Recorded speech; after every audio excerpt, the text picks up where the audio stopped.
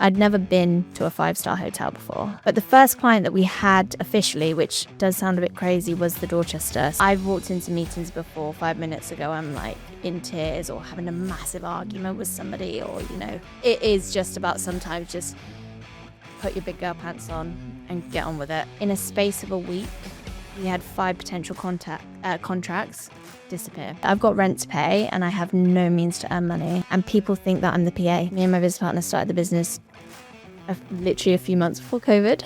Make a company, make it work. And we did. Like, at some point somebody's going to tap me on the shoulder and say, "Are you the singer?" I'm like, "No, I'm not the singer." Actually, I'm actually running this show.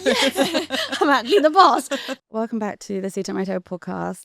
Today I'm joined by Rosie Skuse, the CEO and founder of Molto Music Group. And I'd love to start this episode how I always do and ask you how you describe yourself in 3 words. Hey, thank you for having me, just to start. And this is a very hard question, which I think everyone says, but I would say I am empathetic, strong, and independent, very independent. I really like that. And it's funny because I even think, obviously we had a conversation before today, and you give such a warmth. So when you say like empathetic, and I can feel that. Thank you. And then also, again, I always like to say is because I love that you describe yourself as strong, but also and independent. But it's also, again, so clear by what you've achieved because it's just amazing. That's really kind. Thank you. So I could describe Molto Music Group and some of the other things, but I would rather you tell us from your point of view how you see Molto Music Group. And then I know you do other stuff alongside that. So can you describe to me what that is, and also how you see kind of what you do in general? So everything to do with your production company, Molto Music Group, and just give an introduction to yourself. Yeah, of course. So like you said, there's a lot of things going on. Probably overarching, I would say that I am a creative. Molto Music Group is an incredible music company. Well, I think it's incredible. I think it's cool too. Incredible music company. We work in the luxury hospitality space. We provide live music for 5-star hotels, members clubs, restaurants, and also high-profile private events. So we basically go into a space for a client or for an establishment and design their live music and their musical experience for them, based on their brand, their audience, the environment that we're kind of entering into. So basically creating mini shows in these spaces. I have a production company, which you mentioned, where we produce film and some theatre as well. And then foundationally, I'm an actor. That's kind of where I started. Yeah, I always think it's amazing when you see people thriving in such different angles, kind of so multifaceted. And I love looking at your journey and how you started, or where you were when you were younger, kind of going to university, and then to where you are now. And so I understand that you grew up in Somerset. Yeah. You then came to London to go to King's College University. I went to a drama school before. Okay. That. Yeah. Drama school, then King's College. And then actually after a year, you stopped university at King's College and thought, this isn't for me. And then you started this whole journey to create what you've created today. Can you take us back to what was happening? How old were you then? When I left King's? Yeah. Gosh, I was maybe 21. Okay. Actually. Can you take me back to 21-year-old Rosie? Yes. And just talk a bit about what was happening in your life at that time and your thought process and what you did when you left university. Yeah, so if I take you back there, I think the way to describe me was just a bit lost. Like you said, I grew up in a very, very small village. I was a massive country bumpkin, but always knew that I wanted to come to London. Yeah. I went to a drama school, very well-established drama school, and had quite an experience there, as I think many people do. Went away and was like, I need to get back to London. What do I do? Oh, I know, I'll go to university. And for me, as a teenager, I always said, like, I'm never going to go to university unless I know that I'm going for a job. Yeah. And there I was at university studying psychology, which I loved. I was just not right for it because I'd come from drama school where you're so disciplined and you are like, you're desperate to be there. Everyone Yeah. works so hard. To then go into a university setting, a bit older, I was just kind of shocked by people's just lack of lust for it. Yeah. So I really struggled, but I was happy I was in London. Anyway, I met my now co-founder. They were in theatre. So it was kind of like that breath back. At the time I was still auditioning, I had an agent. It was the breath back into a space where it was like, actually, you can make a career in this life. Like, come on, come back to being creative, what you're doing. And so little by little, I rebuilt my confidence in that space and kind of working out back who I was. And then there was an opportunity to start a cocktail project with my now co-founder. Yeah. And basically I was like, do you know what? We all know I shouldn't be at university. So I'm going to just I need to leave. Yeah. And I started my second year, and unfortunately my nan had passed away, and I was very, very close to her. And I didn't go back. And yeah, it was the best decision. I think I'm quite a person that just leaps into things. I tend to not really worry too much far ahead.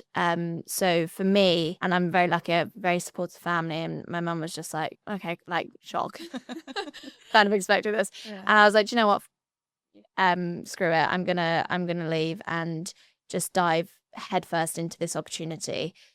And yeah, and then that's when the core kind of part of this project was live music, and it's where I just discovered this whole world of entertainment within hospitality, which I didn't know existed previous to that. Yeah. I have to admit, before I found you and Molto Music Group, I almost had never really thought about that before. Yeah. Because obviously you go into these places and you know there's an atmosphere created with the music and performances. And obviously you go to brand events and not that I go to loads of brand events, but you assume that you assume that there's going to be performances, but I almost think that you almost take it for granted. Yeah. You understand that there's a certain atmosphere and you enjoy being there. But it's funny how not many people actually think about the opportunity that there could be there for an artist. And what I love about what Molto Music Group does as well is it's giving access to certain artists that didn't typically have access to those spaces. And also the people in those spaces, like obviously I think Savoy, Worcester, some of your clients, you get obviously certain types of people in there who, again, these artists wouldn't necessarily have access to. Yeah. So I guess before I dive into that, I really love the fact that you said you were the type of person that just kind of dived into things. Looking back now, do you think that the Rosie now would be as kind of bullish to dive into something? Do you think you've always been like that? Do you think there's a sense of kind of being young and a bit more naive? Yeah, I think I have always had this trait. I grew up in a very kind of busy female-led family. And I've always been very strong on like right and wrong, and I'd always stand up and be, I'd call things out a lot. So although I'm not saying that this has been like a constant, I definitely have times where the confidence leaves me completely. But I do think that I like to really just go at things as much as I can. Yeah. Like I don't give up. Which is sometimes a bad thing, but you learn a lot. And I definitely think, me from after drama school, I was in a bit of a, not a great place and a bit of a shell. And so it's taken a lot of work and a lot of support. Like I'm incredibly lucky with my support network. But yeah, it takes a lot of work to kind of present this way. But I think that also what you mentioned with naivety, that is also a very special thing when you start a business, because it allows you not to be held back. Yeah. And it's funny because that is a theme that I see across the people that I speak to. And there's something beautiful about actually not understanding what it's going to take to get you to your goal in 5 years. Otherwise you would not do it. Yeah. And I think sometimes there is a beauty in going into it without all that planning before you can almost convince yourself not to do something. Yeah, 100%. Obviously not everyone naturally has that trait. So yeah, it's interesting that you feel as though you've always been that way. I would love to talk a bit more about something you said where sometimes the confidence isn't there and it does leave you, because I think obviously confidence is a word that comes up so much, especially with women. And and this idea that you have to feel confident to do something, or even having strategies to push through when you don't have confidence is actually something really hard to, I guess, hone. I guess I got two parts of my next question. What do you do when you are lacking that confidence? And do you think that actually your background in theatre and drama and being an actress helps you almost, I guess, have strategies to do that, but lean into an alter ego that maybe does feel more confident? Yeah, I think it's definitely helped. When I'm not feeling super confident, I think I just get back to a place of like step by step, just, make this one decision, which will then lead to a next decision. Like I said earlier, like people are like, oh, this is me in 5 years, this is me in 10 years. I'm like, this is me next week. Yeah.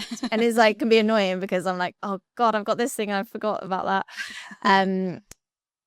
But it is just kind of being like, okay, what's step one today? Step one today is like getting up, Yeah. having a shower, doing these things. And also what I've learned and what I'm really still working on, and I think we take it for not a lot of people do it, especially women, is talking nicely to yourself. Because I'm surrounded by all my friends and they say that, a quick comment about how they look. And I'm like, why? How could you say that about yourself? You're the most beautiful person I've seen. But we don't realize that all these tiny little digs that we make to each other, to ourselves, we never say it to someone else. Yeah. It can just like little by little chip you away. So I'm very much like, I try and really be honest with myself and be kind, like that internal voice. And it's not always been kind. It's been, it's really taken me, it's been very unkind sometimes, but that is how I would find my confidence. Back to your point about how sometimes I can put on a bit of a show. Yeah. I've walked into meetings before 5 minutes ago, I'm like in tears or having a massive argument with somebody or, not great. And then I'm like, get up, and literally like Unseen. literally. And like, sometimes people are like, oh yeah, like it is just about sometimes just put your big girl pants on and get on with it. Yeah. Yeah.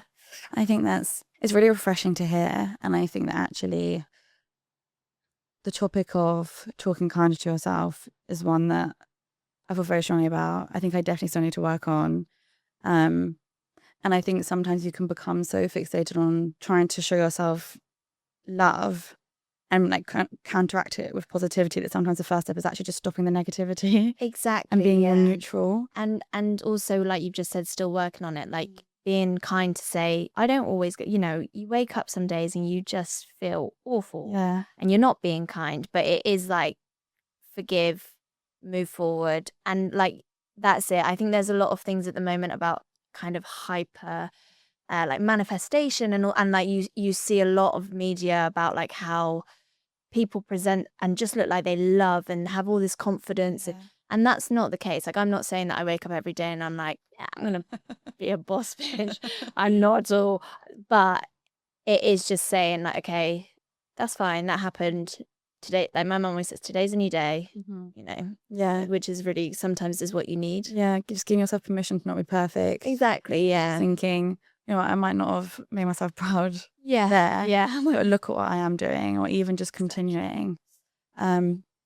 And so going back to, I guess, when you left to do this cocktail bar with live music and that project, and then to where Molto Music Group is today, I would love to just get an insight into what the first couple of years looked like, and maybe, when was the moment that you got your first big client for your own company, and what did you feel like the steps were to that? Because I think my biggest passion is to help women realize that they can do certain things that they have in their mind. They might have an idea or a passion, but they get so, I guess, not being able to see the steps to get there and thinking they would never be able to work it out. Yeah. And I always look at people who started businesses and say, but how did they do those first few steps? Like, how do I start? If you could just give, I guess, some transparency into what the first couple of years looked like, that would be amazing. Yeah, of course. So I think you're right. What is now has not been, it's been a lot of real hard work and tiny wins. The landscape at the start was a lot of research. I became like an expert on in these venues, soaking everything in, realizing what was going on. Like you said, I had no idea this world existed. My world was musicians. You either work for an artist or you go into theatre.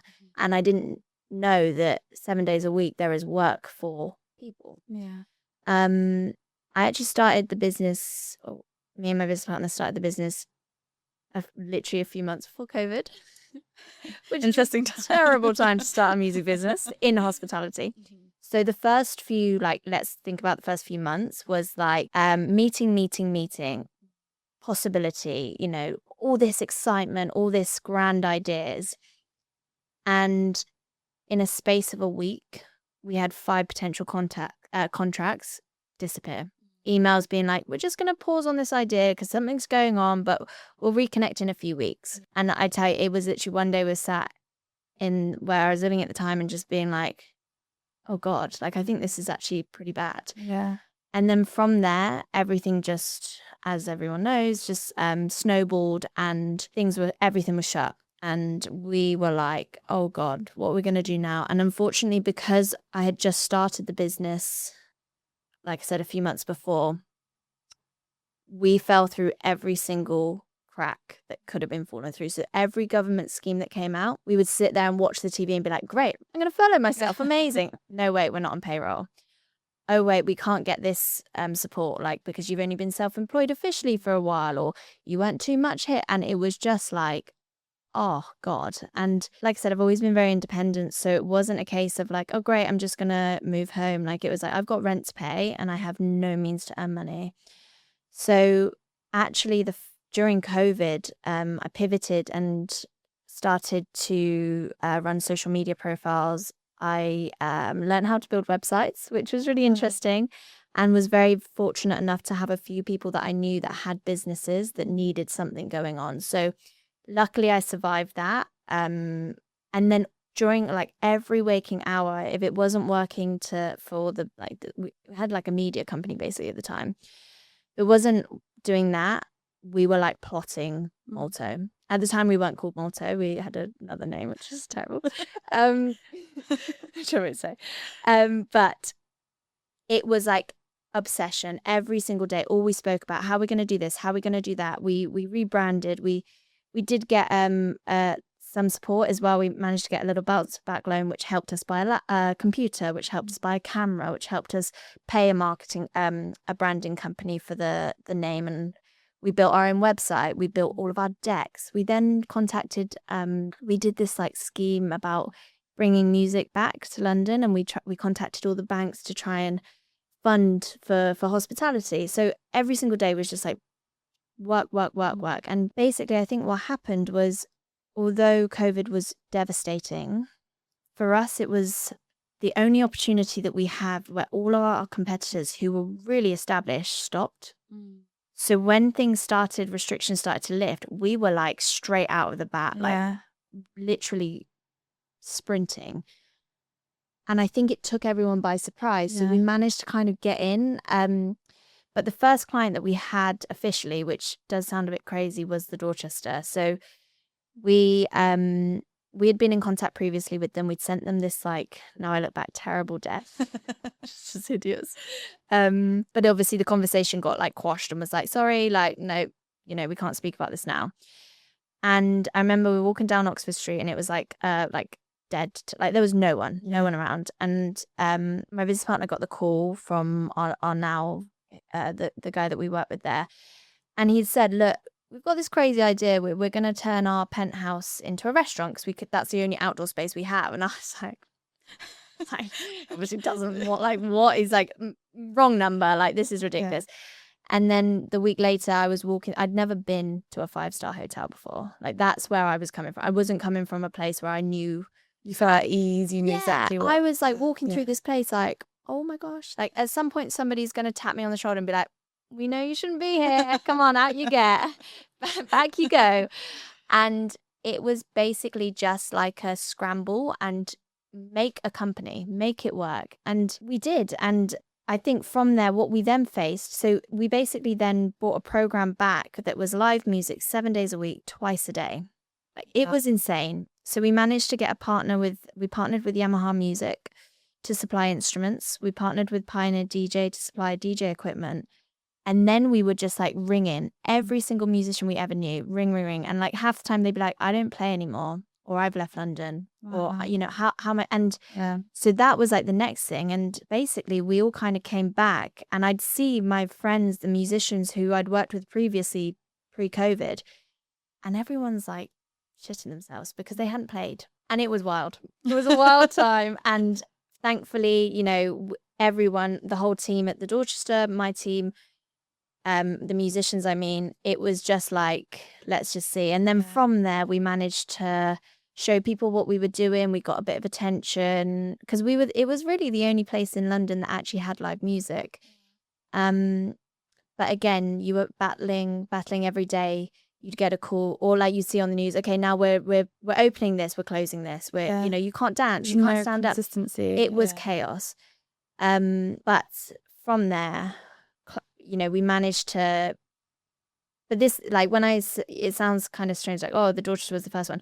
That's like thousands and thousands of, like, we are pushing, contacting people all the time, trying to work out emails before you had AI where you could now like just chuck someone's name in. It was like trial and error every single day. But yeah, so then from there, we're building, and things just started to kind of follow on from that, really. Yeah.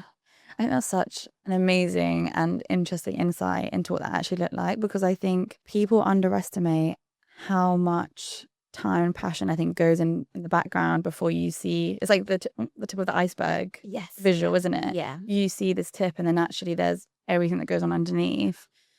And it seems unbelievable to say that the Dorchester was your first client, but when you actually think, well, you were reaching out to all of these different people, and you almost just need it to resonate with someone, and it could be someone that you never expect. So it could be someone that was like a dream client or a dream guest, but actually you just contact someone and they get the vision, and that's what you need. It's right time, right place. And actually, with who we work with at the Dorchester, we were exactly what they needed at that time. We were new, we were fresh, and we were bringing an artist, like you said, that they hadn't seen before. Yeah. So it just so happened that he had the ability to take a risk, because previously to that, and what followed from there is we now own we now have the whole contract at the Dorchester. But back then, our competitor was still within the different venues. So it was like he took a massive risk on us. Yeah.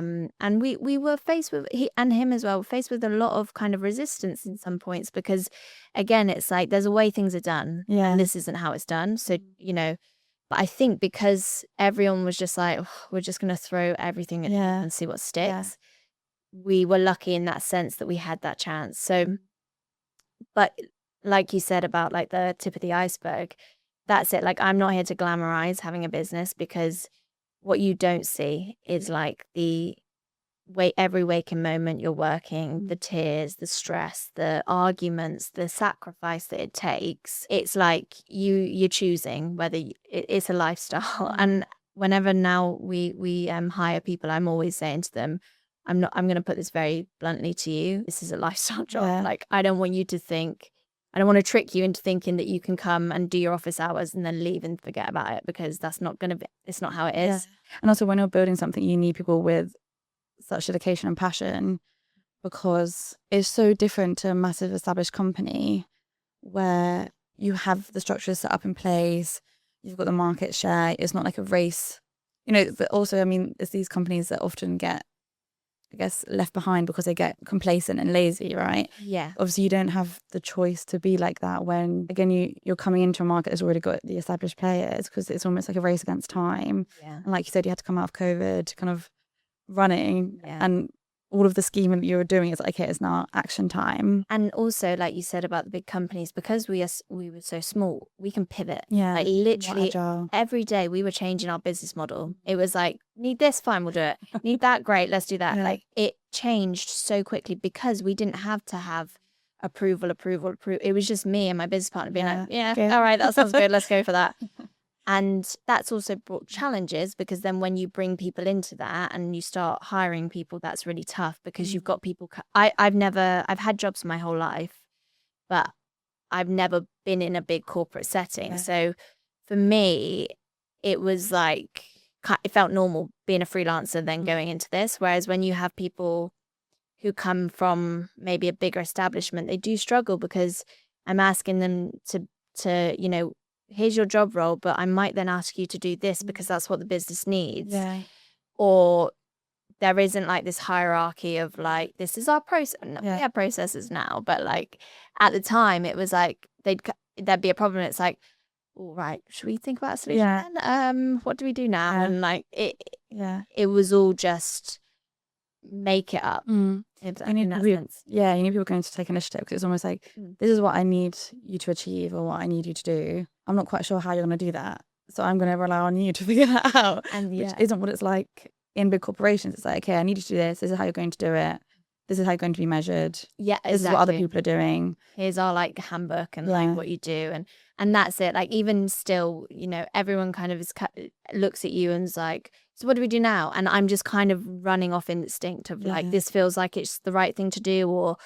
And also maybe that's where my interest in psychology came in handy, because I'm very good at working out what people want and need. And I take a massive interest in the psychology behind the music as well. Like it's not just when, you know, I make it so like, oh, we just do what we think. I'm not, like, there is kind of method within it somewhere. And I'm just fascinated by it. Like I am obsessed with this kind of world, so it makes it easier to implement. I guess. And I have to ask, because obviously you're talking about how it is a lifestyle. You're taking away the glamour from having your own business. It's long hours. It's such emotional turmoil. What is it for you that makes it worth it? Good question. I think it is seeing. So if we think about the music side of my life, I think it is about that experience that is shared with. So for example, if we get a musician who we are putting into a space that is very opportunistic for them, and they are incredibly talented, it is that experience of the impact that they have on the audience.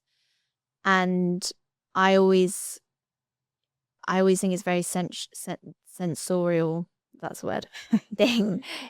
You can hear, you know, you're tasting your food, you're having your drinks, you're listening to the music, but you also can feel that energy. And that for me is, you know, obviously I'm every day putting on loads of hats. You know, I'm doing the finance, I'm doing the HR, I'm doing all this stuff. And sometimes you can get further away from the actual music. And then I'll go to a venue and be like, this is why I'm here. This is why I'm doing this. I remember. Yes, this is nice. So I think that's it. And we've done some incredible things, not just like that have been financially good, you know, just worked on some incredible moments. And I just think this is really fun. Yeah. I'm really, really lucky that I managed to make a living in a space that is like, we just have fun, and we're a very young company. And it is, you know, it is just about being like, what I haven't worked in a long time. You know, it is just really the love of it, and making that world that does feel like really exciting, and anything's possible. Yeah. It's funny you say that. So last night I was at Olivia Dean concert. Yes, amazing. I went and saw her as well. She was amazing. And maybe I'm strange that I always have this thought, but I was thinking the exact same thing last year when I went to see Beyonce last year. Massive Beyonce fan. And every time I'm in these arenas with people singing and you can feel the emotion, the one thing that I keep coming back to is one individual human being can have so much power. Obviously it can be positive or negative. We're seeing that in the world at the moment. It almost just reconfirms this idea to me that each individual human being's potential is so massive. And obviously you're looking at Olivia Dean, and I think if you looked at her a few years ago, and she even said something that really resonated, but also just stuck with me. It was, if I told the person who wrote this music that I'm singing that this is where I would be, I would not have believed you. And it's like the fact that one, things can change so quickly, obviously after years of probably putting in the graft, but also just, she's just such a normal person. Like, she is literally made of the same things of you and I. Like, someone just walking down the street, like, we're all made of the same things. I thought the same about Beyonce. It's like, as much as it seems like this alien to me, she is still a human being. Yeah. And she still managed to mobilize hundreds of thousands of people to come and see her because her music resonates with people. And so I completely understand what you're saying when you are creating these moments for people where obviously they're moved and you've kind of facilitated that and brought these people together. But also, I talked to my sister, so I know we spoke about this, obviously I grew up in a very female household as well. And my older sister, she's visiting me this weekend in London. And she was saying yesterday, because we both like building things outside of our day jobs and are very passionate about it, but obviously sacrifice a lot. So kind of free time in the evenings, at the weekend, you never switch off from it. You're always chasing it. She kind of turned to me and was like, do you ever worry you're going to regret it? Like, do you ever worry that you're going to regret putting in case something doesn't happen at the end of it? And I think hopefully this will resonate with you, but it's this idea that when you understand what you are capable of, so for you, you've seen what you've managed to do, where you've like brought artists into these amazing spaces, and so you're kind of not happy not pursuing something like that. Like now you've got a taste of what you're able to do by yourself. Not expanding into that would actually feel even more uncomfortable than the discomfort of the long days and the tears. And yeah, and I think that's really interesting because how can you regret it? Because okay, maybe the end product doesn't work out the way that you want it to, but you've lived through all that experience, which and it's very, very cheesy, but I do think that everything does happen for a reason. Like you have to have all this kind of hardship, or you don't have to, but it can happen. But it's not, it might be really, really, really terrible at the time, but you're going to learn something from it. You're not going to come out of this being lesser than you were. yeah, You're not going to come out of it less knowledgeable. So even if it doesn't work out, you might fail, you might end up taking wrong decisions and then be somewhere that you don't want to be. You still have experienced that, and surely somewhere within there'll be something that's good. Yeah. But yeah, it is one of those things that you're right. Once you get a taste for it, like I think I'd just be a terrible employee. That'd be awful. So it's like I've got no choice anymore. I've got no CV. Like I don't know. I was, I don't even know where I'd start if I was like, right, I gotta go and get a job. And I think something that you also spoke about. So obviously you went into COVID, and then you're saying that obviously things were falling through. You didn't have a consistent salary to pay your rent. And rather than kind of thinking, okay, I just need to forget this and get a different type of job, I need to move home with my parents. You're like, no, I just need to figure this out. I'm going to teach myself new skills. That's obviously a very resilient, scrappy type of person. What do you think fostered that? There's multiple things. I think my mum always says, like, because I'm the third child, it was always like if I fell down, I was like back up and being like, I'm here, I'm fine, don't leave me behind, running after my sisters. So I guess that kind of always like, no, I can do it, I'm fine, has stuck with me. I think that I've always I've done so many jobs. I've sold dog food, I've sold, I've done all that. I also got rejected at the start of COVID. I went for all the I did like crazy things just like any interview I could get, and I kept getting no's, and I was like, what? I'm great. What? Why would you not want me to deliver food? So it's just always been like you have to, and I don't come from any kind of privilege of money. There was no a lot of emotional support, but it's not like there was something that I could fall back on. So it is just been like, you've got to work, you have to work, so you have to make money. And it's really scary that the no's that I got at the start of COVID, like for all the big supermarkets, I've never been like, I've never not been able to make money, whether it's serving tables, pulling pints, like I said, selling dog food, selling like fitness products, all of this stuff, dressing up as Disney characters. Like there's a list as long as my arms. I was a climbing instructor, and I hate heights. I hate heights, but ended up doing that for a while, which was great. To be told like you can't make money is really, really scary and really disempowering. Yeah. So yeah, it was just the scrappy nature. I think has just always been like I'm just quite fiery. Yeah. It's so funny, but I do think that our upbringings were so similar in the sense of like the three sisters like together. I'm the middle child, but I've got a twin, so she would kind of fight me on access only by 35 minutes. And also, like, I think I worked from the age of like 13. And again, it was random things like I worked in a barbershop, a garden centre, a call centre. I was a maths tutor for like 5-year-old, like anything random. Yeah. And I think the skills that you learn is just so important because you're just put in front of such different people and you have to just kind of figure it out and mold, and you kind of just gain this confidence and trusting yourself you can figure it out. And I think, there had to be a trust there where you've started this business and okay, and I've done it before, I can figure it out. And you're like building that self-esteem as you go because you're constantly proving to yourself, I can rebound, Yeah. And you can see that in people's stories as well. And so looking at Molto Music Group today, I understand that you've expanded across Europe, I think in India as well. Yeah. So explain to me a bit about what the company looks like today. And obviously I have to mention you were recognised by Forbes 30 under 30. What was that moment like? So when you look at where you sit today, the recognition you're getting, how do you feel?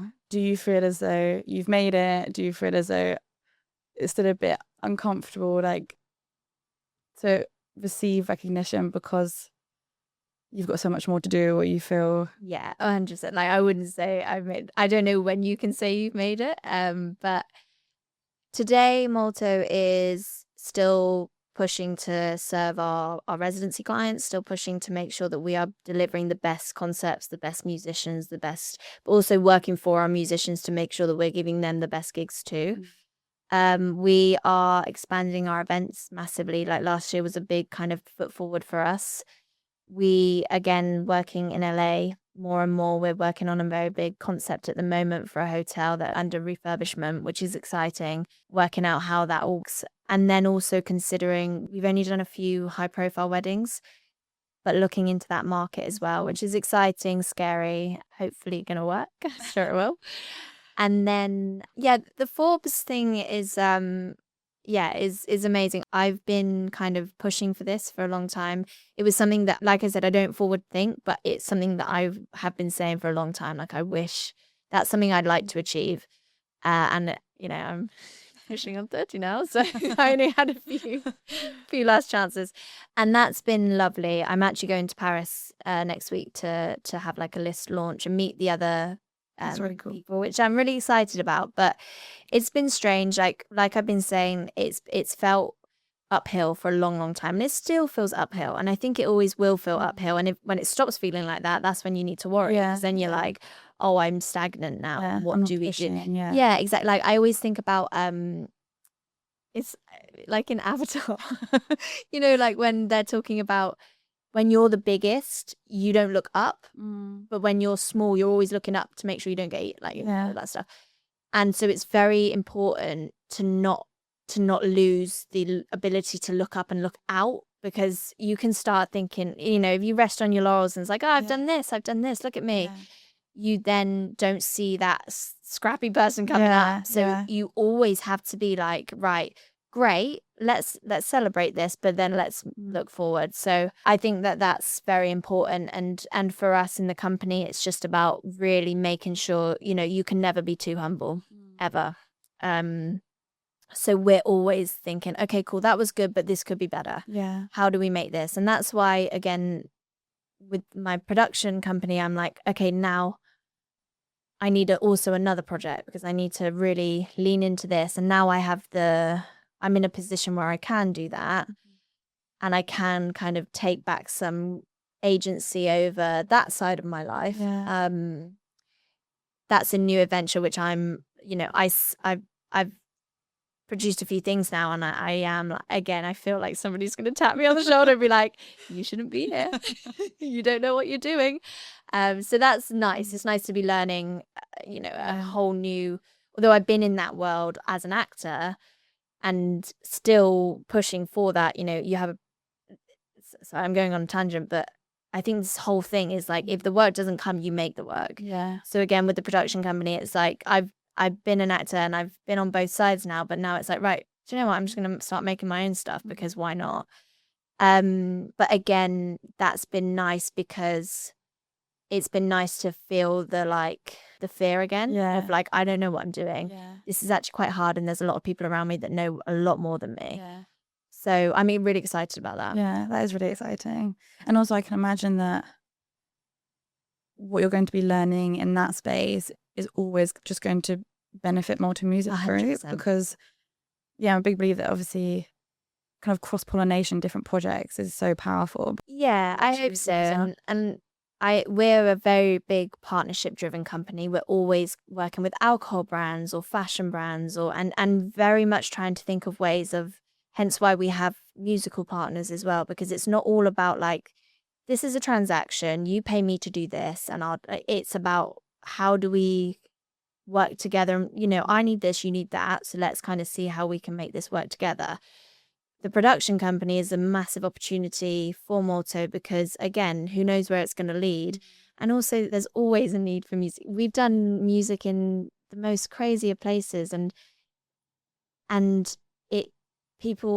so privileged that now I know that when there is I know the ins and outs of producing events. I know the ins and outs of, even at a premiere, I know how to get like all this stuff together so that I am not just the actor sat in the seat being like, this is nice, sit here, watch this. Like I have more of a scope of like, and also I know business. I know the fact you do need to make money and how you do that and all the like nitty gritty boring stuff that is so important. So again, like we were saying earlier about how, will you regret if it doesn't work?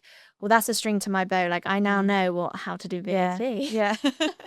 I know now a tax return. I know, all of that stuff is only going to make you more valuable. Yeah. So that when you go into a room, you can be like, well, this is what I can bring, which is 2 more things than the other part, so it's just about that. Really, you can trust yourself and you're building self-esteem, you're building exactly the knowledge. And honestly, I'm struggling so much because every time you speak, I've got like 5 different questions that I want to ask. It's just choosing which route to go down. And I think I really want to hone in on kind of that business knowledge that you've developed. Because I think what's interesting about you is obviously you've spoken about how you've had experience obviously in loads of different jobs.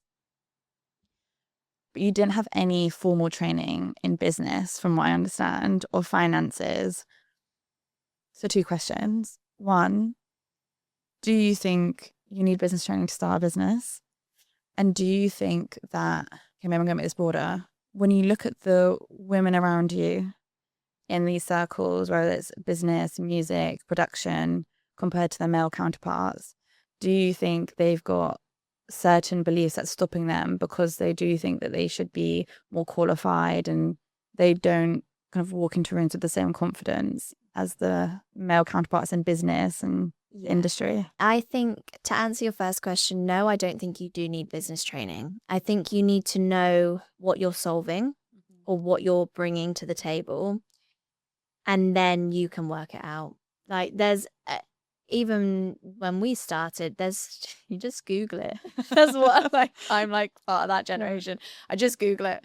Now obviously there's a whole world of AI, so why not educate yourself and don't let people who have a trust fund or have gone to this school or have this family connection, don't let that scare you, because really it's actually, you're probably going to be more successful because you have to learn it. You have to know it. Exactly. So I think it's rubbish to say that you have to have business knowledge. I think you just have to have access to knowledge, and then you just have to have the determination to learn it. And then second question, which was do you see women in the space? Okay, yeah. So there's 2 ways. I think women generally are actually averagely better at business than men, because we are more cautious. So men are obviously more risk takers. We're more risk averse. Now that can be difficult. That can be limiting because you don't take those risks that maybe, you're not going to storm into that room and announce who you are and, throw your weight around. But it means then you're probably going to make more sensible decisions, which are like, because we bootstrapped massively, and I'm still like a stickler for like, I'm like, how much, like, you know, I'm the like the worst person. Like everyone's like, oh, can we do this? I'm like, no. But it means that we have had a very safe blanket because I've been so cautious. Sometimes maybe that might have limited us. Sometimes we should have maybe made those investments. But I think that the qualities that women generally have is actually we're more level-headed, so that when things blow up, like I said, I can be very fiery, but at the end of the day, I'm very much like, okay, cool, step back. Let's just think about this. Let's think about what this is going to mean. I think as well, to counter that, it can be really tough. Like I've said this before publicly, but there's been several occasions where I've walked into meetings and people think that I'm the PA. Or what I get all the time, which drives me mad. I'm like, oh, I work in music. They're like, oh, you're a singer? Are you and I've turned up to events. Are you the singer? I'm like, no, I'm not the singer, actually. I'm actually running this show. I'm actually the boss. Shock. Yeah. And that was really tough because there could have been a choice where I said, do you know what? Because my business partner is a man. He's fantastic. I could have said to him, do you know what, Nikki, you take these meetings. Because I also was really young. So I was going into these meetings and all of the execs, and, you know, the landscape hasn't changed that much there. It's always men. It's always older men. And they love, like, even when we've been in different countries, and actually it's like not as acceptable for women to be speaking in these rooms, I've had to deal with a lot of that. And I used to get really, really angry about it. And I'd be like, you know, I'm going to. And then I was like, okay, cool. Right. This is going to happen. The only way you're going to change this is you're going to have to just speak. Like as soon as you open your mouth, people are like, oh, you actually know what you're on about. Yeah. But you need to be better and calmer and firmer. So like and I don't know if it's a good thing or bad thing, but I'm always like, everyone's like, oh, it's such a strong handshake. I'm like, yes, I'm going to shake your hand. Yeah, like I am more stronger than you.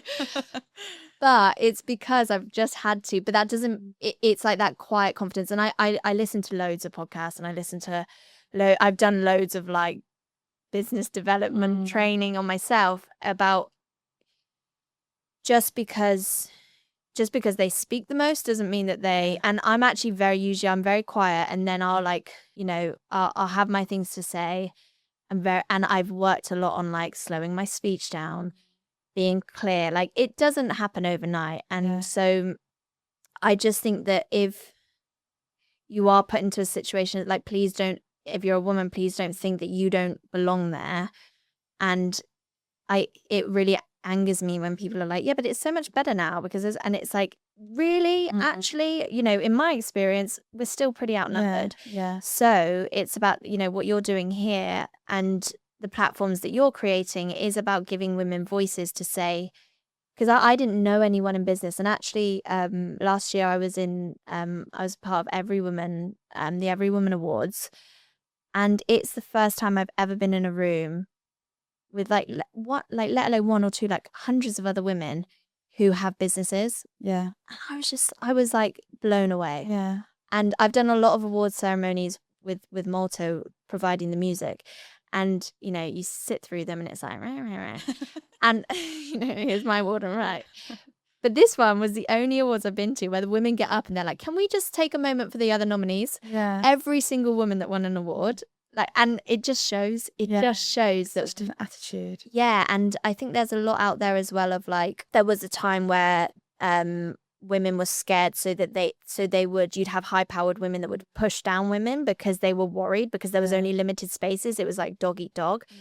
Whereas now I hope, and it's something that I'm very passionate about, is making sure that you lift other women because there's nothing stronger than like my team is predominantly women in the office. Also our musicians, it's weighted more towards women musicians, which is really, really rare because, and I'd always have this argument with people like, oh, well, she's, you know, a drummer, she's not as good as him. Like, yeah, because she's not had the chance to fail like he has, and he's still been given a moment. So actually, no, she's going to sit in this, she's going to learn. She might not be the best right now, but she needs a space to become the best. Exactly, because how else? Because you've all had opportunities where you've been a bit rubbish, but, you know, you still got the job. Yeah.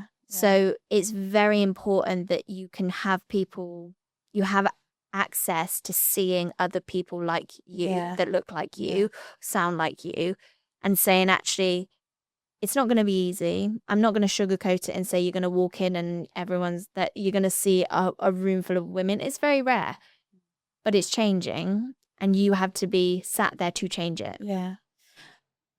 I love everything about what you've just said, to be honest. It's a bit of a rant, sorry. No, but it was so important, and it makes me so happy because I do see so many women like yourself who are lifting up other women, who are creating space, and this idea that women have their elbows out, like kind of getting rid of other women. One, if that is the case, it's completely understandable because obviously society's said, well, there's only room for one of you.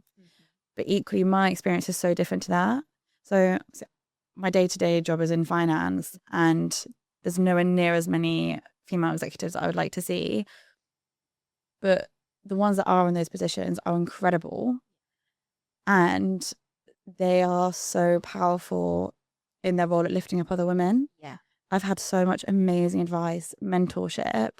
And even the women on my team, it's been very rare that I've had experiences where they've been nothing but amazing partners helping each other. And I think it is so needed. I think it is so frustrating that you've had these experiences where you've been underestimated, you've been told, oh, like, are you the singer? Even, oh, that's a strong handshake. It's kind of patronizing. Oh, but you look like such delicate women. Exactly. As if you've you're got so strong young. I'm like... And it is hard. Yeah.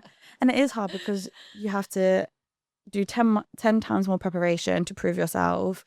You have to take so much more time to gain that person's trust because they don't look at you and think, oh, they look like me, like come into the lads group sort of thing. It does take time. I struggle not to get super angry because it can be very frustrating, especially when you see so many talented women getting overlooked or not getting into these spaces, and people who you feel like are less qualified in those spaces. But I think actually being like yourself and taking action, and this is why I started this podcast, because it's like I can either get swallowed up by the anger, or I can surround myself with amazing women doing amazing things and just continue to prove to the world that there are these people out there who are so unbelievably capable. Something that I'd love to understand is when you are about to go into a pitch, or when you are in those situations, what is going through your mind, and how do you, I guess, almost like coach yourself in those situations? I think that what I take solace in is that I do know what I'm talking about in terms of the design of the music. I'm not a musician, which everyone always finds a bit mental, and it is. I can read music. I studied musical theatre, but I don't play an instrument. So, but what I do know really well is what is needed to create a really special moment. So whenever I'm going into these meetings, it is just about being like, right, the person sat opposite me is also just a human. Like you mentioned, Beyonce, like they're just people. They have their problems. And so we need to connect in that sense. I need to get them on my side. I need to just be friendly and just be normal, because also as well, in some of these situations that we find ourselves in, there's a lot of bravado around surrounding everywhere. And I think our company, myself and my business partner, we're just normal people. We came, both grew up. He's from East London, I'm from Somerset. It's not glamorous. We're not posh. We're not, we swear sometimes. we don't say the right things. But it is just, we're just normal. And that's actually what we get a lot, is that people like working with us because we're just really friendly. Yeah. And in our space, there's a lot of time where there's a bit of a, oh, well, that's going to cost you a bit more. No, I can't do that. Where we're like, yes, absolutely. How are we going to make this work? You can't do that. No worries. Let's see this. So, and I always say that with my team. I'm like, it's never no. It's always, how do we solve this? Yeah. And I think people find that refreshing, because especially in these certain spaces, you can get into the like, oh, the world is, and if you start looking hard enough, well, not that hard, things are not great. But it is just about being like, how can we help you? And I chose to be in this, like, I chose to do this work. So why would I be like, Oh, when someone asks how me dare you ask me to do that? Yeah. It's like no one made me be here. I'm sure Yeah. like so Yeah. I can imagine that also just goes so well because obviously you're going into it with the partnership in mind. So you've got your clients, you're working with them. It's like you said, how can I help you? How can we make this work? I can imagine there's different mindsets in the industry. It's like, you're lucky that I'm exactly. here with you. Yeah. You might want this, but this is what we're going to do. It's going to be our way. Unmovable. Like, Yeah. And I think actually as well on that partnership thing, and this is really good advice that I got. And if you're going to, as a interviewee, you're also choosing so we're choosing our clients just like they're choosing us. Say you're going for a job, you're also choosing that job just like they're choosing you. So, and I take this into my auditions as well. It's like, I'm going to choose whether or not I want to be here. Are you right for me? Or am I? And we're here to work together. It's a partnership. Like you said, it's not like, well, it's take it or leave it. This is our offering. If you don't like it, tough. And vice versa, being like, I'm going to do anything you want. It is just about working out how this works for both people. Yeah, both definitely. organizations. And I think it's so funny because before I came here, I sat with my two sisters in the park, and we were talking about gender pay gap and women in the workplace. You can, even just from that scene, you can tell the type of family I've come from. Yeah, that sounds great. And we were saying, when women go into promotion discussions or pay discussions, or actually likely they don't even have those discussions because the mindset is, I'm lucky to be here. Yes. And I think especially when you're starting a business and you're getting clients for the first time, it's so easy to think, I'm just lucky to have a client. Yeah. And actually forget that they're going to determine how you spend your day, how happy you are. And, sometimes actually just getting fewer good clients is worse than having a bad client that actually can make your life miserable or end up being really difficult. And then maybe, leaving a worse reputation because actually it's difficult anyway and they're never going to be happy with you. There's actually consequences that could come from not choosing clients, partners, colleagues based on, I guess, them as a person, which goes back to what you were saying. You and your co-founder are just nice people wanting to work well. Hopefully people don't disagree. And so that's a really lovely piece, not lovely, that makes it sound fluffy. That was a really good piece of advice. Is there anything else that you've thought, wow, that was such a strong bit of advice that I've received and that's completely changed how I looked at things? Yes, I think there's two parts. Like, firstly, it was like the whole how lucky at the start when you don't know what you're doing, how special that is. Like the first 6 months is like the best. Yeah, because you're just like, do you know what? Let's see what happens. So you've got no consequences. So like cherish that and don't see that as a disadvantage. And then also as well, everyone is going to give you advice on your business. And usually they're people that don't have businesses. That's like what I've learned. Everyone loves to sit you down and tell you how they would do it. Yeah. Take things, listen, be respectful, take what you need. Don't take everything as gospel. Like, just because they're telling you should do this, you know yourself, trust your instincts. And I think that to me is nearly veered me in the wrong direction sometimes, but now I'm much more precious about it. Like, I'll listen, but again, you don't know. My business is my business, and it's very unique, and it's a little ecosystem within itself, just like their business or their fake business that they've never started. They never got to start because they're too busy telling other people how to do it. So just take everything with a pinch of salt and take what you need from that. Yeah. And something you also said earlier, and it kind of goes into knowing when you're hearing good or bad advice, is obviously you do also lead with your intuition, which I think is really powerful. And I think many business moguls do that, whether they call it the intuition or not. Is there anything that you've done to harness or develop that intuition? I think it's just about protecting the noise around you. So really trying to, and I've not been great at this, and I can be a bit like, but I think just trying to really give yourself the best chance of succeeding. So take the time. Like, I'm very much like, I'll go to the gym because it's the only time that I have that I'm not thinking about anything else. Yeah. And without that, I don't think I can then get through everything else, because so to harness that instinct, you have to really limit the noise around you, create space. Yeah, and it's really tough because especially with social media, I get into this, like we all do, these holes of like, oh my God, I'm not here. Why am I not that? I should do this. limit the noise. Just really try and like just keep Yeah. everything around you. It's hard enough, so don't give yourself more issues. And I guess looking ahead, what do you see the future of Molto Music Group and your production company? And maybe even bigger than that, what is the most audacious goal that you could possibly think of? I think so. For Molto, I think it's just expanding, keep delivering great work, working with great clients, developing great concepts for people, and really pushing and pushing. So making sure that we're at the forefront of this game that we're in. The production company working to create really great stories, making sure that the stories that I want to be heard get heard. That would be great, you know, if there was awards to come for that. I don't know, like BAFTAs and Oscars. But we'll see what happens. But yeah, I think for me it's just about staying true to who I am, and making sure that I'm doing things that make me happy, and that I tend to, you know, like I think a lot of us do, we prioritize other people's a lot more sometimes than ourselves. So it's about just making sure that I'm taking time for me. Yeah. Because one question that actually came up earlier that I really wanted to ask you, but then I got distracted by the 100 other questions I wanted to ask, is obviously looking for time to exercise, look after yourself, prioritize yourself, have some sort of semblance of a life, while also managing Molto Music Group, obviously the production company.